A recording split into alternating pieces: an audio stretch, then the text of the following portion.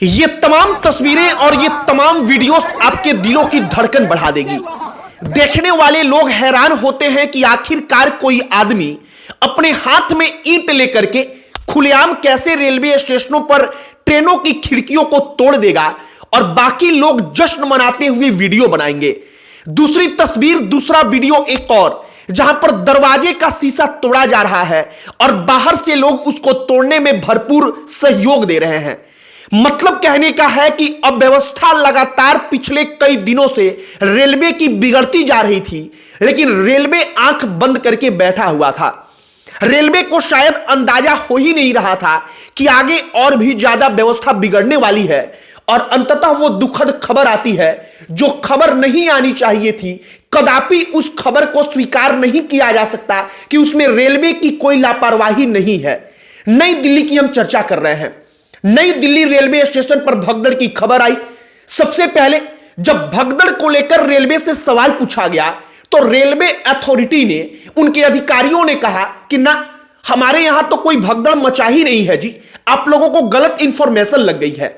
इसके बाद जब वीडियो सोशल मीडिया पर वायरल होने लगे तब रेलवे ने आकर के इसके बारे में कहा कि सीढ़ी पर से एक व्यक्ति उतर रहा था। वो व्यक्ति सीढ़ी पर से, उसका पैर फिसल गया और उसके पीछे पीछे कई सारे लोग फिसलते चले गए, गिरते चले गए और लोग उसके ऊपर से चढ़कर जाने लगे, जिसके कारण इतनी बड़ी घटना हो गई। ये कोई वीडियो गेम नहीं है, बल्कि ये सच का जीवन है। और सच के जीवन में जो नई दिल्ली रेलवे स्टेशन पर हुआ है उसी को बताने के लिए हम ये वीडियो बना रहे हैं। केवल उसको बताने के लिए नहीं, ये बताने के लिए कि भारतीय ट्रेनों की स्थिति आम दिनों में भी बद से बदतर रहती है। आम दिनों में भी पिछले 2-3 सालों का हमारा व्यक्तिगत तौर पर अनुभव है कि आप ट्रेनों में जाएंगे तो आपको ट्रेनों में पैर रखने के लिए, जगह खोजने के लिए भी मशक्कत करनी पड़ेगी। और सवाल उठता है कि इंडियन रेलवे ने कई अलग अलग क्लास को इंट्रोड्यूस किया।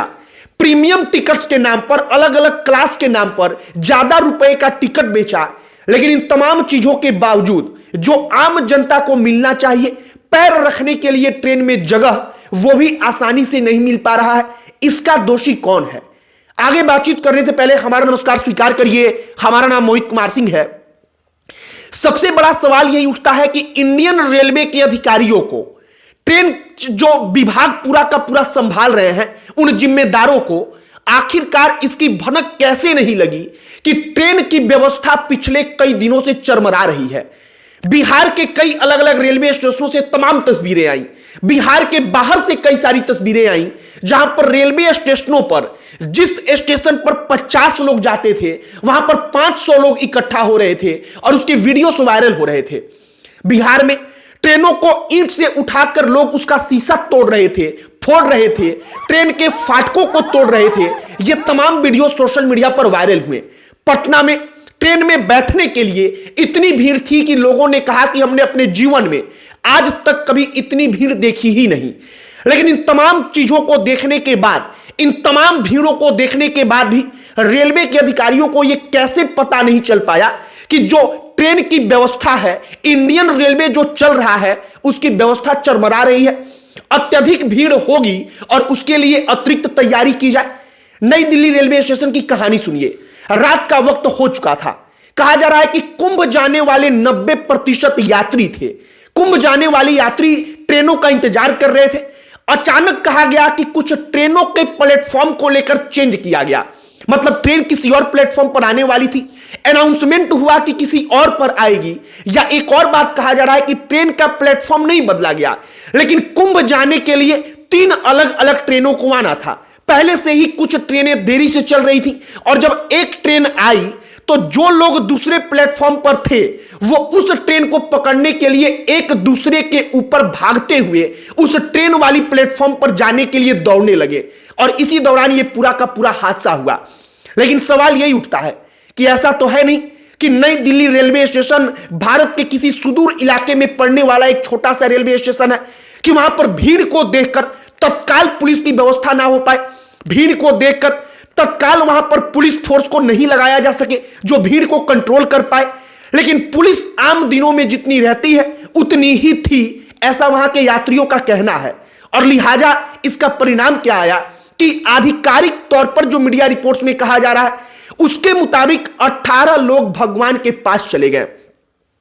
18 लोगों की संख्या अगर आप इस देश की 150 करोड़ जनसंख्या के लिहाज से देखेंगे तो अभी कोई अधिकारी आएगा और कह देगा कि इतना भी बड़ा हादसा नहीं था, लेकिन हादसा उसके लिए बहुत बड़ा था जो 20-22 साल की लड़की जहां पर चप्पलों का ढेर बिखरा है, उन चप्पलों में अपने परिजन का चप्पल ढूंढ रही है, अपने मां का चप्पल ढूंढ रही है कि कम से कम चप्पल मिलेगा तो हमको ये यकीन होगा कि हां मेरी मां यहां पर दबी तो कम से कम थी। आखिरकार वो कहां गई इसके बारे में हम इसके बाद पता लगा ही लेंगे। बाकी इंडियन रेलवे की तस्वीर को लेकर हम इसके पहले कई दफा वीडियो बना चुके हैं जिसमें हमने साफ तौर पर कहा है कि टिकट्स के अलग अलग प्रीमियम बना दिए गए, उनको प्रीमियम क्वालिटी का कहा गया, टिकट्स के दाम बढ़ाए गए, लेकिन इंडियन रेलवे में पैसेंजर टिकट कटाने के बाद भी अपने सीट तक कैसे पहुंचेगा इसका कोई इंतजाम नहीं हो पाया। एक और बात हम कहेंगे, हर देश अपने जरूरत के हिसाब से, अपनी आबादी के हिसाब से तैयारी करता है। हमारी भारतीय रेलवे आबादी के हिसाब से व्यवस्था बना पाने में विफल रही है, इसको स्वीकार करना चाहिए। और अब तो किसी और के सर पर हम टोकरी रख भी नहीं सकते असफलताओं का, क्योंकि 2014 से जो लोग सफल करने के लिए आए थे पूरी की पूरी व्यवस्थाओं को, वही लोग सत्ता में बने हुए हैं। बाकी अब इसको लेकर राजनीति होगी, लेकिन राजनीति के बाद से भी किसी का अहित ही होगा, वो है आम जनता। उसको ना कल ट्रेन में आराम से सीट मिल पा रहा था, ना कल की तारीख में मिलेगा, लेकिन हां 24 घंटा 48 घंटा इस पर चर्चा खूब होगी, राजनीति खूब होगी। बाकी नई दिल्ली रेलवे स्टेशन पर जो हुआ वैसी स्थिति एक एक छोटे छोटे स्टेशनों पर बन रही है। हमने अपनी आंखों से देखा है कि जिन रेलवे स्टेशनों पर 50 पैसेंजर्स रहते थे वहां पर कुंभ के कारण 500-500 पैसेंजर्स चले जाते हैं, लेकिन वहां पर किसी प्रकार की कोई व्यवस्था नहीं होती। वहां पर एक छोटी सी चूक कितनी बड़ी तबाही मचा सकती है। आपको इसका अंदाजा इसी बात से लगेगा कि नई दिल्ली जैसे हाईटेक रेलवे स्टेशन पर, जहां पर अगर पुलिस प्रोटेक्शन की बात की जाए तो 5 मिनट में पुलिस फोर्स तैनात हो जाएगी, वहां पर इतनी बड़ी घटना घट गई और उसके बाद हम लोग उसके बारे में कहानियां सुना रहे हैं, चर्चा कर रहे हैं। बाकी नई दिल्ली में जो हुआ है, अब तक की रिपोर्ट के अनुसार 8 से ज्यादा लोग उसमें से केवल और केवल बिहार के हैं जो लोग भगवान के पास चले गए हैं, भगवान को प्यारे हो गए हैं।